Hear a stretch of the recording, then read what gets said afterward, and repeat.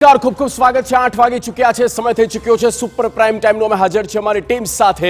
शुं छे जगदीश અને સુપર પ્રાઇમ ટાઈમની શરૂઆત સૌથી પહેલા વાત પૂરમાં જિંદગીનો જંગ।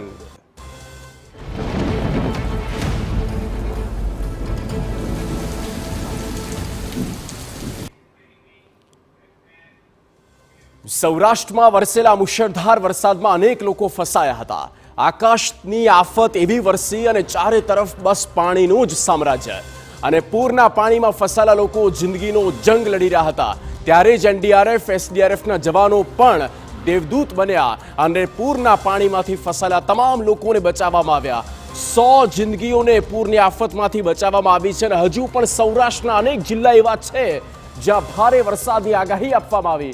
ત્યારે એનડીઆરએફની ટીમ ખડે પગે છે।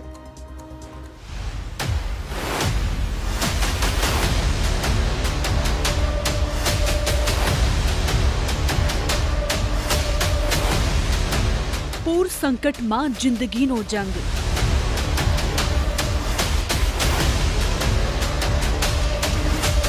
ધસમસતા પાણીમાં ફસાઈ અનેક જિંદગીઓ।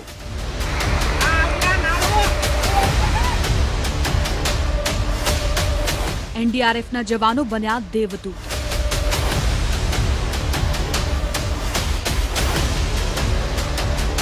પૂરમાં લગાવી જીવ સટોસટની બાજી।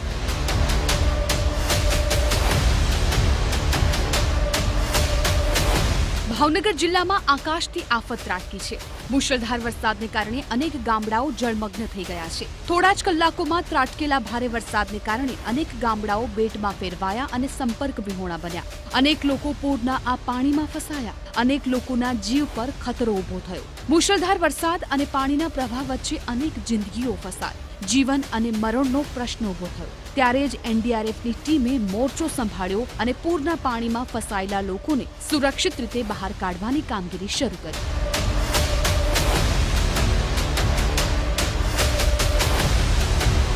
ભાવનગરના ભાલ પંથકના ખારાપાટમાંથી 40 જેટલા લોકોનું રેસ્ક્યુ કરાયું છે। ફસાયેલા 25 જેટલા લોકોને સુરક્ષિત રીતે બહાર કાઢવામાં આવ્યા છે। ભાવનગર જિલ્લામાં 2 દિવસથી સતત અનરાધાર વરસાદને લઈને અનેક જગ્યાએ મુશ્કેલી ઊભી થવા પામી હતી। ત્યારે વાત કરીએ અત્યારે અમે ઊભા છીએ ભાલ પંથક નારી પછીના વિસ્તારમાં કે જ્યાં ઉપરવાસમાં કાળુભાર ડેમને તમામ વિસ્તારમાં પાણી ભારે વરસાદ ઉપરવાસમાં થવાને લઈને આ સમગ્ર ભાલ વિસ્તારની અંદર પાણીથી ભરાઈ ગયા હતા, જેને લઈને અંદર જે મીઠાના અગર છે તેમાં કામ કરતા 40થી વધારે લોકો ફસાયા હતા। આપ જોઈ શકો છો તેમને એકદમ સરળતાથી રેસ્ક્યુ કરીને તમામ લોકોને બહાર કાઢવામાં આવ્યા છે। અત્યારે તમામ લોકો સલામત રોડ પર આવી ચૂક્યા છે। આ અમુક મહિલાઓ પણ હતી જે કામ કરતા હતા, જેને વધારે પડતું પાણી આવી જતા ઉપરવાસમાં ભારે પાણી આવી જતા આ સ્થિતિ સર્જાણી હતી।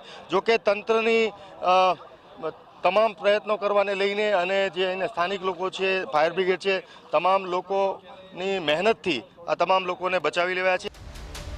સૌથી સારી વાત એ રહી કે કોઈ જાનહાનિ થાય એ પહેલા જ બચાવ ટીમ પહોંચી હતી અને પૂરના પાણીમાં ફસાયેલા તમામ લોકોને બચાવવામાં આવ્યા।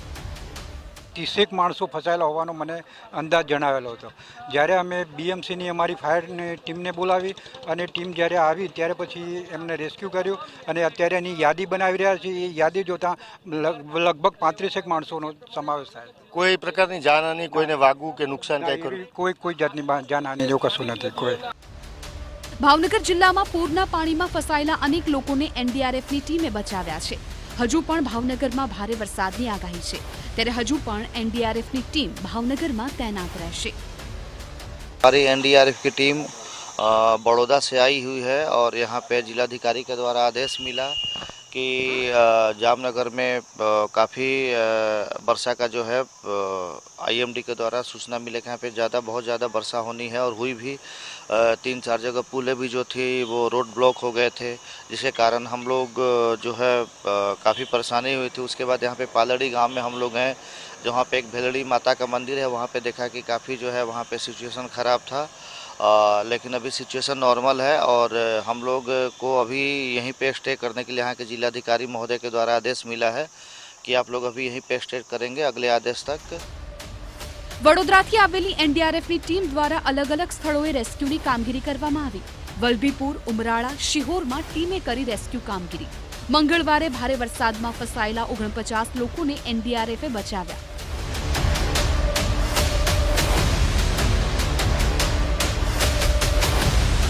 રાજ્યમાં ભારે વરસાદને કારણે અત્યાર સુધી 18 લોકોના મોત થયા છે, જ્યારે 109 કરતાં વધુ લોકોને બચાવવામાં આવ્યા છે. 20 જિલ્લામાં એનડીઆરએફની સાથે સાથે એસડીઆરએફની ટીમ પણ તૈનાત થઈ છે, જેથી સૌથી મોટી આફત ટાળી શકાય. ભાવનગરથી અજીત ગઢવી સાથે બ્યુરો રિપોર્ટ TV9.